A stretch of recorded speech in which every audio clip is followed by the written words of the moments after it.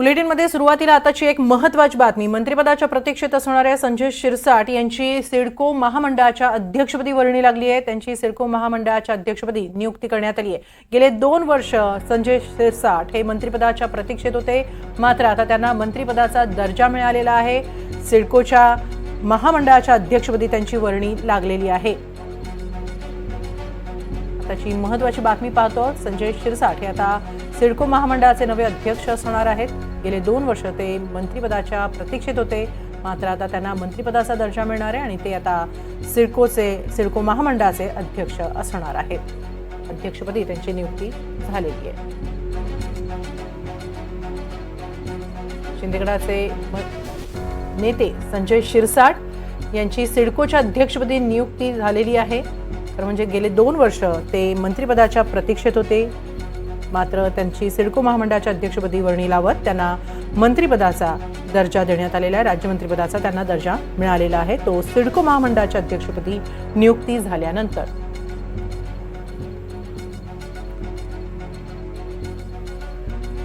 संजय शिरसाट यांना मंत्रिपदाची प्रतीक्षा होती, तसंच अनेकदा त्यांनी मंत्रिपदाबाबत बोलूनही दाखवलं होतं।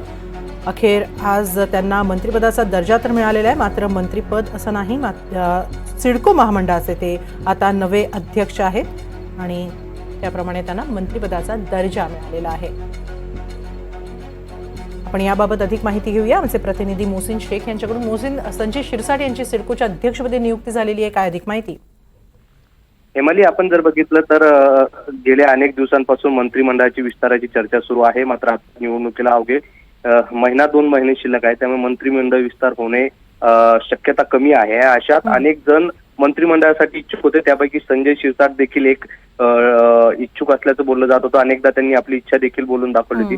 असं असतानाच आता त्यांना जे आहे तर सिडकोच्या अध्यक्षपदी संजय शिरसाट यांची नियुक्ती करण्यात आलेली आहे आणि मंत्री दर्जा त्यांना आता जो आहे तर मिळालेला आहे। विधानसभा निवडणुकीपूर्वी हा त्यांना जे आहे तर अध्यक्ष करण्यात आलेला आहे। त्यामुळे कुठेतरी संजय शिरसाट जे गेल्या अनेक दिवसांपासून मंत्रिपदासाठी इच्छुक होते, त्याच्या बदल्यात कुठेतरी मंडळाचं सिडकोचं अध्यक्षपद देऊन त्यांना जे आहे तर खुश करण्याचा प्रयत्न केला जातोय का, असं देखील या निमित्ताने चर्चा होते आहे। आणि आता संजय शिरसाट यांची सिडकोच्या अध्यक्षपदी वर्णी लागलेली आहे। नक्की संजय शिरसाट यांची सिडकोच्या अध्यक्षपदी वर्णी लावून त्यांना मंत्रिपदाचा दर्जा तर दिलेला आहे, मात्र थोडक्यात आता त्यांना मंत्रिपद मिळणार नाही असं या येत्या शेवटच्या काही महिन्यांमधून दिसतं आहे। मोहसिन, याबाबत संजय शिरसाट यांची काही प्रतिक्रिया मिळू शकली? नुकताच हा सगळा आदेश जो आहे तर समोर आलेला आहे, अजून तरी संजय शिरसाट यांची यावर प्रतिक्रिया आलेली नाही, मात्र लवकरच ते पत्रकार परिषद घेऊन याबाबत असेच आपल्याबरोबर संपर्कात राहा। आपल्याबरोबर स्वतः संजय शिरसाट आहेत। संजय शिरसाट जी सिडकोच्या महामंडळाच्या अध्यक्षपदी आपली नियुक्ती झालेली आहे, आपली काय प्रतिक्रिया? मला शिंदे साहेबांनी जो विश्वास माझ्यावर दाखवला आहे त्याबद्दल मी त्यांच्याकरता मनपूर्वक आभार मानणार आहे। आणि जे विजन शिंदे साहेबांचं आणि महायुती सरकारचं आहे की डेव्हलपमेंट हा आपला टार्गेट, त्या डेव्हलपमेंटमध्ये एक छोटासा सहभाग घेण्याची मला संधी मिळालेली आहे। सिडकोचा एरिया जर पाहिला तर नवी मुंबई किंवा इतर त्या परिसरामध्ये ज्या पद्धतीने गतीने वाढतोय, त्यासाठी येणारे उद्योग असतील किंवा येणारा इन्व्हेस्ट करणारे असतील, त्यांना कायद्याच्या जास्त धाचकाठी नसाव्यात, त्यांना रेड कार्पेट आथरून आपण त्यांना वेलकम करून हा विस्तार चांगला कसा होईल, डेव्हलपमेंट कसं चांगलं होईल याकडे लक्ष दिले जाईल।